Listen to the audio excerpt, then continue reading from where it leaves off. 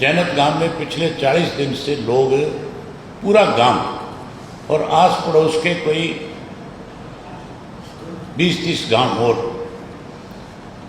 जो लगातार हजारों की संख्या में जैनत गांव में बैठ करके सरकार से डिमांड कर रहे हैं कि जिस पाइपलाइन के माध्यम से, अमृत 2 योजना के माध्यम से आप हंसी शहर को पानी देना चाहते हो, उसी में से हमें भी पानी दिया जाए, क्योंकि वो पाइपलाइन उनके खेतों में से डाल करके ले जाई जा रही है।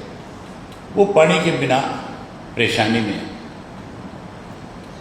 मुख्यमंत्री से कमेटी मिलके गई और मुख्यमंत्री ये कहता है कि हम उसमें से आपको टी नहीं लगाने देंगे, टी नहीं दे सकते। मैं पूछना चाहता हूं मुख्यमंत्री से आपके माध्यम से, वो टी किसने लगाई थी?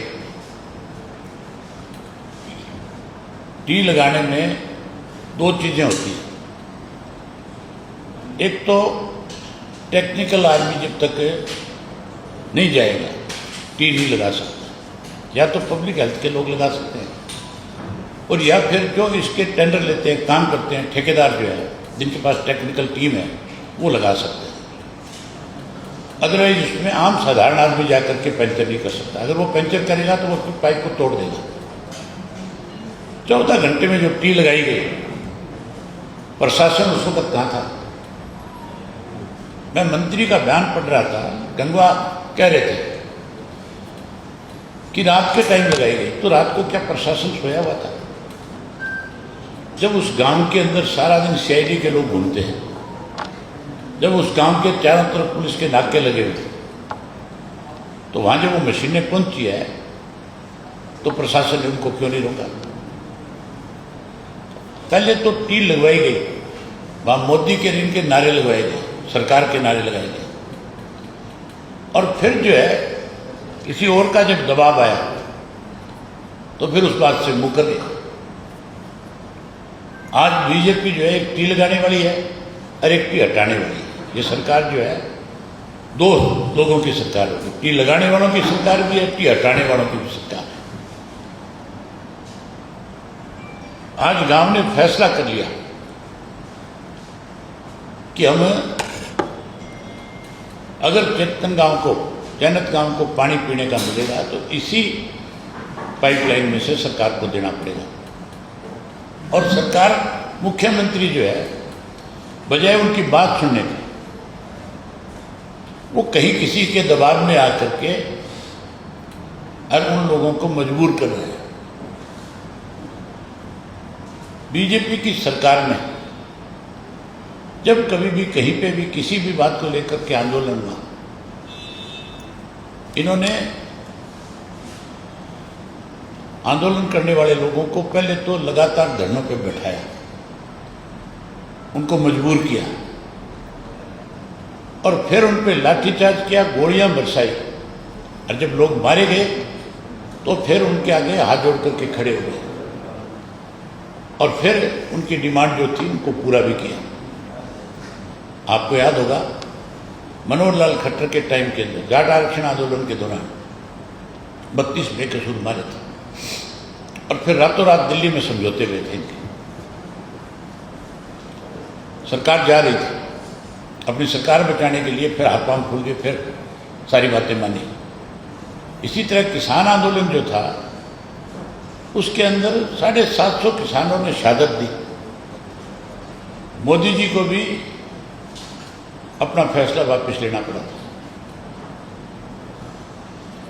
इसी तरह खेदड़ गांव के अंदर जो इसकी राख थी, खेदड़ पावर प्लांट की, उसकी राखी को लेकर के गांव के लोगों को कुछ पैसा मिलता था, जिसकी गांव से डेवलपमेंट होती थी, जो लिखा हुआ था एक एग्रीमेंट में, वो ठेकेदार ने बंद कर दिया था। उसको लेकर के ग्रामीण लोगों ने आंदोलन किया था। इसी तरह बातचीत करी उन लोगों के साथ, और बातचीत के बाद जब लोग अपनी बात पे अड़ कर के खड़े हो गए कि हमें तो हमारा कमीशन चाहिए गांव के विकास के लिए, तो उनको पैसा देने की बजाय उन पर गोलियां बरसाई, लाठीचार्ज किया, फिर एक आदमी मरा, फिर जाकर के सरकार ने उनकी बात को माना। यहाँ जैनत में भी ये किसानों को पानी के नाम के ऊपर परेशान कर रहे हैं। ये वहाँ पे भी इसी तरह से लाठीचार्ज भी करना चाहेंगे और मेरे ख्याल गोलियां चला करके 2, 4, 5 को शहादत देने पर मजबूर करेंगे, फिर जाकर के मानेंगे। मैं आपके माध्यम से सरकार को ये कहना चाहता हूँ कि आप समय रहते वहाँ पे टी दोबारा लगाएं, उनको पानी दें। अगर उनको मजबूर किया तो इंडियन नेशनल लोकदल पार्टी के हजारों लोग उनके साथ जाकर के बैठेंगे और जब तक टी नहीं लगेगी तब तक वहाँ से हिलेंगे नहीं, खड़े नहीं होंगे।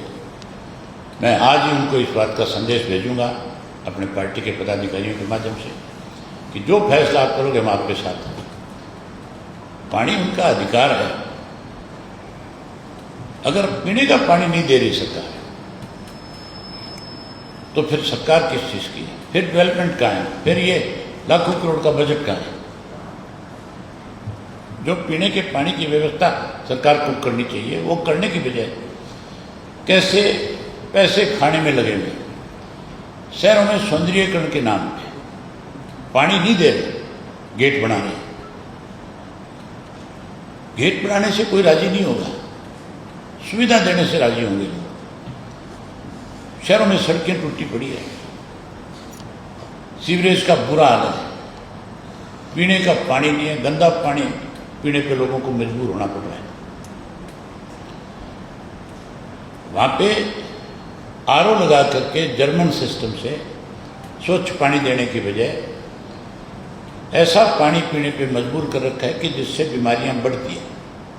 खास करके मैं आपको 3-4 जिले ऐसे बताना चाहता हूँ जहाँ पानी एक घूंट भी नहीं पी सकते।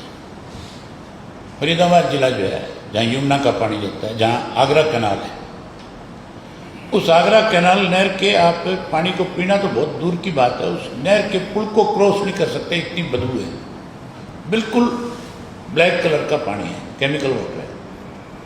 उसमें पलवल भी आ जाता है, उसमें आपका मेवात भी आ जाता है। ये तीनों जिले जो है उससे प्रभावित है।